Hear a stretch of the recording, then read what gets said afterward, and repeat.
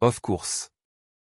Here is the fully localized version of the story with character names, place, and currency adapted for a French context, are requested. The original French prose and the story is contrement unchanged. Samedi matin. Je venais de me verser ma première tasse de café et je regardais la vapeur s'enrouler dans le ciel gris du Jura quand mon téléphone a vibré. C'était Thierry Vasseur, mon agent immobilier d'il y a plusieurs années, l'homme qui m'avait aidé à trouver le seul endroit qui était à moi. « Salut, Élise, dit-il d'une voix prudente. Une petite question. Vends-tu ton chalet ? Ma main se figea sur la tasse. Non. Pourquoi ? Il y a une annonce pour ta propriété en montagne près de Pontarlier. Même photo, même superficie de terrain. Elle est en ligne en ce moment, mais le numéro de contact n'est pas le tien. Une sensation vive et glaciale me parcourut l'échine. C'est le numéro de qui ? Il hésita. Je ne voulais rien dire avant d'être sûr, mais j'ai fait une recherche inversée. C'est une femme nommée Martine Chevalier. Ma mère. Je ne dis rien pendant quelques secondes. Le silence était si dense que je pouvais entendre le tic-tac de l'horloge au-dessus de la cuisinière. Je t'envoie le lien, ajouta doucement Thierry. J'ai pensé vérifier avec toi avant d'entreprendre quoi que ce soit. Après avoir raccroché, j'ai ouvert le message. C'était bien là. Mon chalet. Mon nom n'était pas mentionné, mais tous les autres détails étaient exacts. Des photos que je n'avais jamais prises. Une description formulée de manière juste assez proche pour paraître légitime. Paisible refuge alpin, disait l'annonce. Disponible pour visite privée. Il y avait le numéro de ma mère en bas, en gras et public, comme si elle en avait parfaitement le droit. Je ne ressentais même pas encore de colère, juste une pression creuse et montante dans ma poitrine, comme si le sol sous quelque chose de sacré avait commencé à se fissurer. J'ai posé le téléphone, je me suis dirigé vers l'évier et je suis resté là, à regarder par la fenêtre, les jointures de mes doigts blanches sur le bord du comptoir. Ma mère essayait de vendre ma maison. J'ai repris le téléphone et je l'ai appelé. Le téléphone sonna 2 fois avant qu'elle ne décroche. « Salut, ma chérie », dit maman, sa voix empreinte de cette chaleur artificielle qu'elle réservait au moment où elle savait qu'elle avait des ennuis. « Comment se passe ton week-end ? Pourquoi mon chalet est-il en vente en ligne ? Demandai-je, sautant tout préambule. Une pause, puis, sur le même ton, « Oh, tu as vu ça. Tu as mis ma propriété en vente. » Eh bien, dit-elle en étirant le mot comme s'il fallait l'adoucir, ton père et moi avons juste pensé que ce serait mieux ainsi. Tu es si occupée, Élise. Tu ne l'utilises même plus. Ce n'est pas à vous de prendre cette décision. Une autre pause. Je pouvais l'entendre s'installer sur sa chaise de cuisine. C'est pour Sophie. Elle attend un bébé, et elle et Cédric ont besoin d'un endroit. Leur petit appartement est déjà trop petit. Tu sais à quel point tout est cher maintenant. Ma mâchoire se crispa. Nous ne t'avons pas demandé parce que tu aurais dit non, dit-elle sans détour. Nous n'essayons pas de te faire du mal. C'est la famille. Elle a besoin d'aide. Tu aides toujours. Je fermai les yeux. Il n'est pas à vous pour que vous le vendiez. Nous ne faisons rien d'illégal, dit-elle rapidement. Nous avons des copies de ta carte d'identité, de tes déclarations de revenus, de vieux documents avec ta signature. Nous pouvons nous occuper de la paperasse, si c'est ce qui t'inquiète. Je fixai le mur en face de moi comme s'il pouvait se fendre en deux. Tu veux dire que vous allez imiter ma signature? C'est juste plus simple comme ça, dit-elle doucement, comme si elle expliquait quelque chose de logique à un enfant. Et nous savons que tu comprendras, une fois que tu te seras calmé. Tu as toujours été la responsable. Elle a dit cela comme si c'était un compliment. Avant que je puisse répondre, j'ai entendu la voix de papa en arrière-plan. Est-elle contrariée? Maman couvrit le téléphone. C'est bon. Je gère la situation. J'ai mis fin à l'appel. Puis j'ai ouvert mon ordinateur portable et j'ai cherché à nouveau le numéro de Thierry. Je n'ai pas appelé Thierry tout de suite. Au lieu de cela, je suis resté assise là, mon ordinateur portable ouvert, le curseur clignotant sur une ébauche de courriel vide. Mes mains planaient au-dessus du clavier, mais je ne pouvais pas encore taper, pas à travers la vague de souvenirs qui m'a frappé d'un seul coup. Ce n'était pas seulement le chalet. C'était la façon dont il présentait toujours les choses. Tu es si responsable. Les mots qu'ils avaient utilisés pour me convaincre de payer les 2 derniers semestres d'université de Sophie quand sa bourse n'avait pas été renouvelée. Les mêmes mots qu'ils avaient utilisés quand le budget de son mariage était devenu hors de contrôle et que j'avais signé un chèque pour couvrir la différence parce qu'elle méritait une journée parfaite. La première fois que j'ai accepté de les aider avec leur hypothèque, c'était quand papa s'était fait licencier. Je m'étais dit que c'était temporaire. Ils avaient promis de me rembourser. C'était il y a presque 3 ans. 750 € par mois. Prélevés automatiquement. Pris discrètement. Personne n'en parlait jamais, même pas moi, parce que c'est ce pourquoi j'avais été formée, être silencieuse, fiable, celle qui arrange les choses sans qu'on le lui demande. La fille qui donne, pas celle qui demande pourquoi personne ne donne jamais en retour. J'avais l'habitude de penser que c'était de l'amour, que faire plus signifiait que j'étais une bonne personne, qu'être la personne stable était une sorte d'honneur. Mais assise là, réalisant qu'il prévoyait d'imiter ma signature et de vendre la seule chose que je possédais entièrement, je l'ai vu clairement pour la première fois. Ce n'était pas de l'amour. C'était du contrôle, simplement adouci par des années d'obligations et de sourires polis. J'ai ouvert mon application bancaire et j'ai annulé le prélèvement automatique. Puis j'ai pris mon téléphone, j'ai pris une grande inspiration et j'ai appelé Thierry. Thierry a décroché à la 2e sonnerie. « Élise, dit-il, sa voix stable mais curieuse. Tout va bien ? Non, dis-je, mais j'ai besoin de ton aide. Je veux vendre le chalet. Une pause. Tu es sûr ?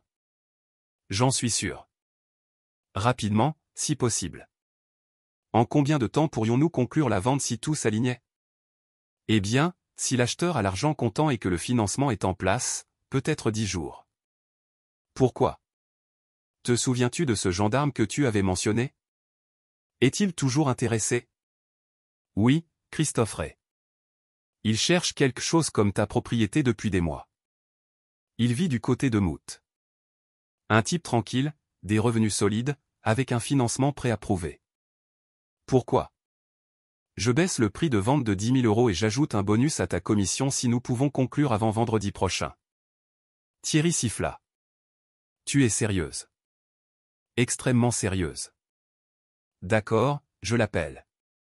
Après avoir raccroché, j'ai rouvert mon ordinateur portable. Je n'avais pas fini. Je me suis connecté au compte à accès commun que j'avais ouvert avec mes parents il y a des années, quand papa avait été opéré et avait eu besoin d'aide pour gérer les factures. Il était toujours lié à mon nom, leur donnant toujours un accès discret à mes finances. Je l'ai révoqué. Puis j'ai passé en revue tous mes comptes, un par un, vérifiant tout ce sur quoi il pourrait encore avoir un œil, assurance, relevés partagés, documents fiscaux dont ils s'occupaient pour moi. Chaque porte qu'ils avaient ouverte sous prétexte de m'aider, je les fermais. Quand j'ai terminé, il était plus de minuit, mais je ne me sentais pas fatigué.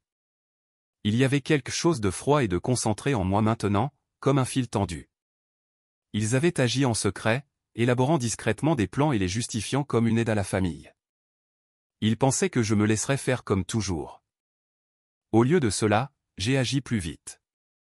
Quand Thierry m'a rappelé le lendemain matin, sa voix avait une nouvelle énergie. Il est partant, dit-il. Au prix demandé, moins ta réduction. Il veut conclure dès que les inspections seront terminées. Fais-le, dis-je. Envoie-moi ce dont tu as besoin. Les jours suivants se sont estompés dans un tourbillon de documents, de signatures et d'appels téléphoniques. Je n'en ai parlé à personne, ni à mes amis, ni à mes collègues, ni même à ma tante, qui aurait pourtant compris. Je ne cherchais pas de conseils.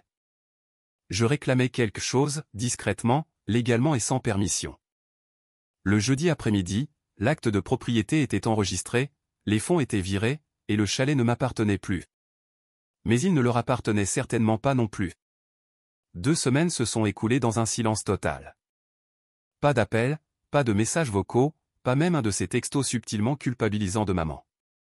Pendant un temps, je me suis laissé croire qu'ils étaient peut-être passés à autre chose. Peut-être qu'ils avaient trouvé un autre moyen d'offrir à Sophie l'appartement de ses rêves. Peut-être qu'ils avaient réalisé ce qu'ils faisaient et avaient discrètement abandonné. Puis, un mardi matin, mon téléphone a sonné. C'était maman. Je l'ai laissé vibrer 2 fois avant de répondre. Allô? Sa voix était vive, paniquée et plus forte que d'habitude. Élise, que se passe-t-il? Nous sommes montés au chalet avec un couple qui voulait voir l'endroit, et les serrures. Quelqu'un a changé les serrures. Aucune de nos clés ne fonctionne. J'ai serré le téléphone plus fort contre mon oreille, même si je savais déjà ce que j'allais dire. Je sais, dis-je. Tu les as changés? Pourquoi? Nous avons des gens prêts à acheter. Ce n'est plus ma maison, dis-je. Il y eut un silence. Puis elle a ri, mais c'était ce genre de rire cassant, plus nerveux qu'amusé. Très drôle. Mais sérieusement, les acheteurs commencent à s'impatienter et ton père est furieux. Cela rend tout plus compliqué que nécessaire. Je ne plaisante pas, dis-je calmement. J'ai vendu la maison. La semaine dernière. Les nouveaux propriétaires ont installé ces serrures. Le silence s'est étiré plus longtemps cette fois. Je pouvais imaginer son visage, sa bouche s'ouvrant et se fermant, essayant de comprendre le fait que j'avais agi plus vite qu'elle ne s'y attendait. Finalement, elle a dit, « Tu as fait quoi? Tu m'as entendu. » Sans même nous le dire? Sa voix se brisa. Élise, comment as-tu pu faire quelque chose d'aussi méchant? Je ne l'ai pas fait par méchanceté, dis-je. Je l'ai fait parce que c'était à moi, et j'en avais assez de prétendre que je vous le devais. Elle a commencé à dire autre chose, mais je n'ai pas attendu pour l'entendre. J'ai mis fin à l'appel et j'ai posé le téléphone sur le comptoir. Mes mains tremblèrent pendant quelques secondes, mon corps rattrapant l'adrénaline qui m'avait maintenu immobile pendant l'appel. Mais ensuite, un calme étrange et inattendu s'est installé. Pour la première fois depuis des années, j'avais dit non et je le pensais. Il ne pouvait pas me culpabiliser pour que j'annule quoi que ce soit. L'acte de vente était définitif. L'argent servait déjà à rembourser mes propres dettes. J'avais agi sans demander la permission, et il n'y aurait pas d'excuse. Je suis resté dans la cuisine un moment de plus, le silence m'enveloppant comme une armure. Puis le téléphone s'est rallumé. Cette fois, c'était Sophie.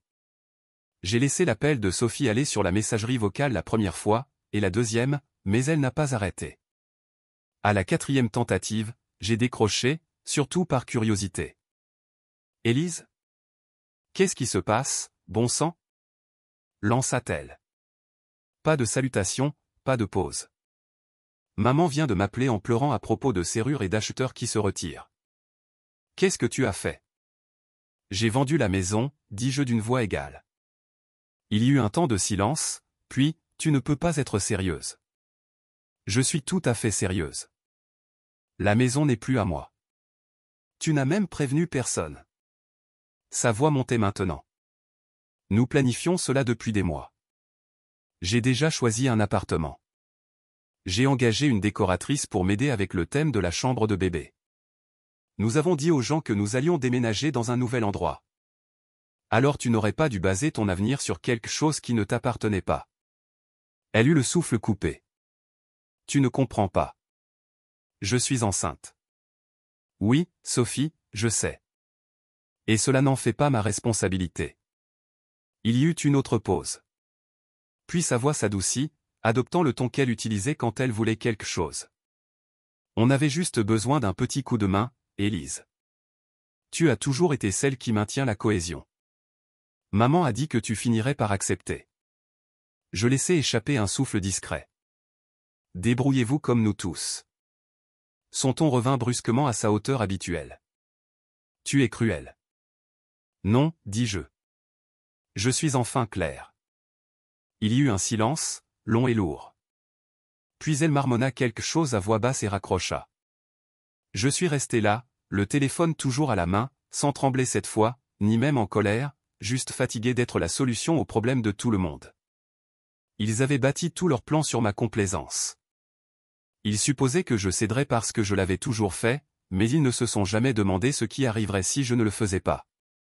Le silence après son appel ne m'a pas donné un sentiment de culpabilité. J'ai eu la sensation d'une porte qui se ferme. Pas claquée, juste fermée. 2 jours de plus se sont écoulés sans un mot. Puis Thierry a de nouveau appelé, cette fois non pas pour des documents ou des inspections. Élise, dit-il, tu ne vas pas croire ce qui s'est passé. Élise, dit Thierry prudemment, le gendarme, ton acheteur, vient de m'appeler. Il y a eu une effraction au chalet ce week-end. Mon estomac se noie. Est-ce qu'il va bien? Il n'était pas là, mais l'alarme s'est déclenchée. Tout a été filmé par les caméras. Le type a essayé de forcer la porte arrière avec un pied de biche, puis a fait le tour en essayant les fenêtres. Je le savais déjà avant qu'il ne le dise. C'était ton père. Je fermais les yeux. Il a été arrêté. Le gendarme l'a reconnu grâce aux documents et a appelé la police locale au lieu de s'en occuper lui-même. Il a dit qu'il voulait que les choses soient faites dans les règles. Bien sûr, murmurai-je. Merci de me l'avoir dit. Je suis désolé, ajouta Thierry. J'aimerais pouvoir dire que je suis surpris. Nous avons raccroché, et je suis resté assise en silence jusqu'à ce que mon téléphone sonne à nouveau. Cette fois, c'était ma mère. Élise. S'écria-t-elle avant que je puisse dire un mot. Tu dois arranger ça. Ton père essayait juste d'entrer dans ta propriété. Il ne savait pas qu'elle était vraiment vendue. Appelle le gendarme. Dis-lui que c'est un malentendu. Ce n'est pas un malentendu, dis-je. Il pensait que tu bluffais, dit-elle désespérément. Nous ne pensions pas que tu irais jusqu'au bout. Vous aviez mis l'annonce en ligne. Vous organisiez des visites. Vous alliez imiter ma signature. Et maintenant, vous êtes choqué que je ne vous ai pas laissé vous en tirer? Ne sois pas cruel. C'est ton père. Non, dis-je. C'est un homme qui est entré par effraction dans la maison de quelqu'un d'autre délibérément, après qu'on lui a dit qu'elle n'était pas la sienne. Il pourrait aller en prison. Il a fait ce choix. Tu es sans cœur, chuchota-t-elle. Non, j'en ai juste assez. J'ai raccroché et j'ai éteint mon téléphone. Il n'y avait plus rien à expliquer. Il n'avait rien mal compris. Il savait exactement ce qu'il faisait. Il n'avait simplement jamais imaginé que je dirais enfin non. Et cette fois, personne n'allait me faire changer d'avis. La nouvelle n'a pas tardé à se répandre. Petite ville, petit cercle. Le gendarme n'a pas porté plainte pour violation de propriété, mais mon père ne s'en est pas sorti indemne. L'incident a été consigné dans un rapport officiel. En une semaine, son employeur, la sécurité du centre commercial, l'a découvert. Ils l'ont licencié discrètement. Pas de confrontation, juste une lettre de licenciement et une indemnité trop petite pour compter. Maman a cessé d'appeler après ça. Pendant quelques semaines, tout est redevenu silencieux. Puis ma tante Claire m'a contacté. Elle ne m'a pas fait la morale, elle ne le faisait jamais. Elle m'a juste donné les faits. Ils ont épuisé la plupart de leurs économies, frais de justice, remboursement. Et Sophie et Cédric ont emménagé avec eux. J'ai presque ri en entendant cette partie. L'appartement de rêve s'était envolé, et maintenant l'enfant chéri était de retour dans sa chambre d'enfance, enceinte, mariée, et coincée entre deux personnes qui s'effondraient. Ils ne vont pas bien, dit doucement Claire. Ta mère fait plus d'heures à l'épicerie. Sophie se plaint beaucoup. Et ton père? Eh bien, il ne gère pas bien l'inactivité. Je l'ai remercié de m'avoir tenu au courant, mais je n'ai pas demandé de nouvelles. Ils avaient toujours parlé de la famille comme si cela signifiait une obligation, comme si les aider était une preuve d'amour. Mais maintenant que je n'étais plus celle qui tenait le tout ensemble, tout s'écroulait. Et je ne me sentais pas coupable. Je me sentais lucide. Pendant des années, j'avais pensé que mon rôle dans la famille était essentiel, que si je prenais mes distances, il s'effondrerait. Il s'est avéré que j'avais raison. Mais au lieu de me sentir indispensable, je me sentais simplement libre. J'ai préparé le dîner ce soir-là, seul, avec une musique douce et mon téléphone éteint. Je n'avais pas envie de sauver qui que ce soit. Je n'avais pas envie de m'excuser. Le lendemain matin, je me suis réveillé sans angoisse, et j'ai pris mon premier rendez-vous chez un thérapeute. La première séance a été difficile. Assise sur le canapé, ne sachant pas par où commencer, je fixais une photo encadrée d'un arbre au-dessus de la bibliothèque comme si elle pouvait m'offrir les mots que je ne trouvais pas.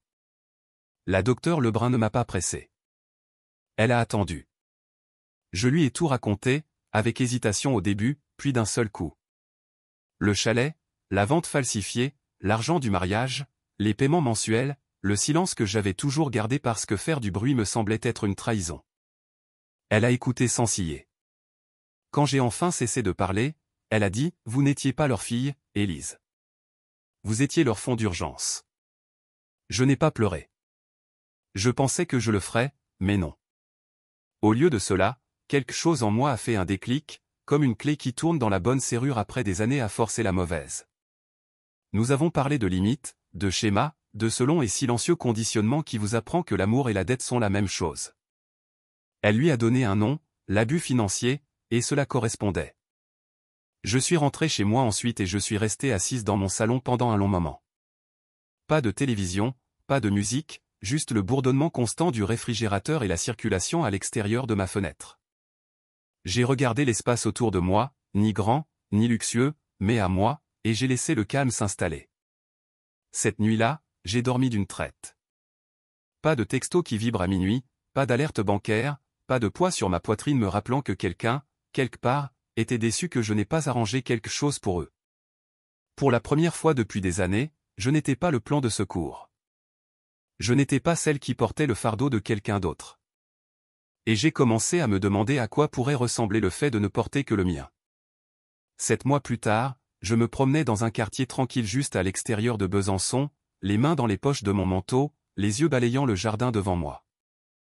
La maison était petite, modeste en réalité, mais elle avait un jardin, pas beaucoup plus qu'un lopin de terre pour l'instant, mais je pouvais déjà imaginer la lavande et le basilic qui y pousseraient, peut-être même des tomates, si j'osais. L'agent immobilier a déverrouillé la porte et m'a laissé entrer la première. Les planchers craquaient. La cuisine sentait le produit à polir au citron. Pas de comptoir en granit, pas de plafond voûté, juste une page blanche, un espace qui n'avait pas été imprégné des attentes de quelqu'un d'autre. Je n'ai eu besoin d'appeler personne pour demander ce qu'ils en pensaient. 2 semaines plus tard, les papiers étaient signés. La maison était à moi. J'ai acheté une Toyota d'occasion après ça, quelque chose de fiable, rien de tape à accent grave-l'œil. La vieille voiture avait finalement rendu l'âme, et pour une fois, la remplacer ne signifiait pas rogner sur les courses ou sauter un loyer. J'ai payé la totalité. Pas de prêt, pas de cosignataire, pas de famille impliquée. Chaque mois maintenant, je mets de l'argent de côté, non pas pour des urgences causées par quelqu'un d'autre, mais pour des choses que je veux vraiment, un week-end sur la Côte d'Azur, un cours sur le jardinage d'herbes aromatiques, peut-être un nouveau matelas. Mon compte en banque n'était plus seulement une porte tournante pour les besoins des autres. Il était à moi. Le silence dans ma vie me paraissait autrefois lourd. Maintenant, il est comme de l'air. Pas d'appel de crise, pas de texto culpabilisant, pas d'obligation mêlée à chaque fête. Je me lève, je travaille, je prépare le dîner dans ma cuisine tranquille. Je vais en thérapie. Je fais des projets, des petits, les miens. Personne ne me dit qui je dois être. Et je comprends enfin que la liberté n'est pas bruyante. C'est le bourdonnement doux et constant d'une vie qui n'appartient à personne d'autre qu'à vous.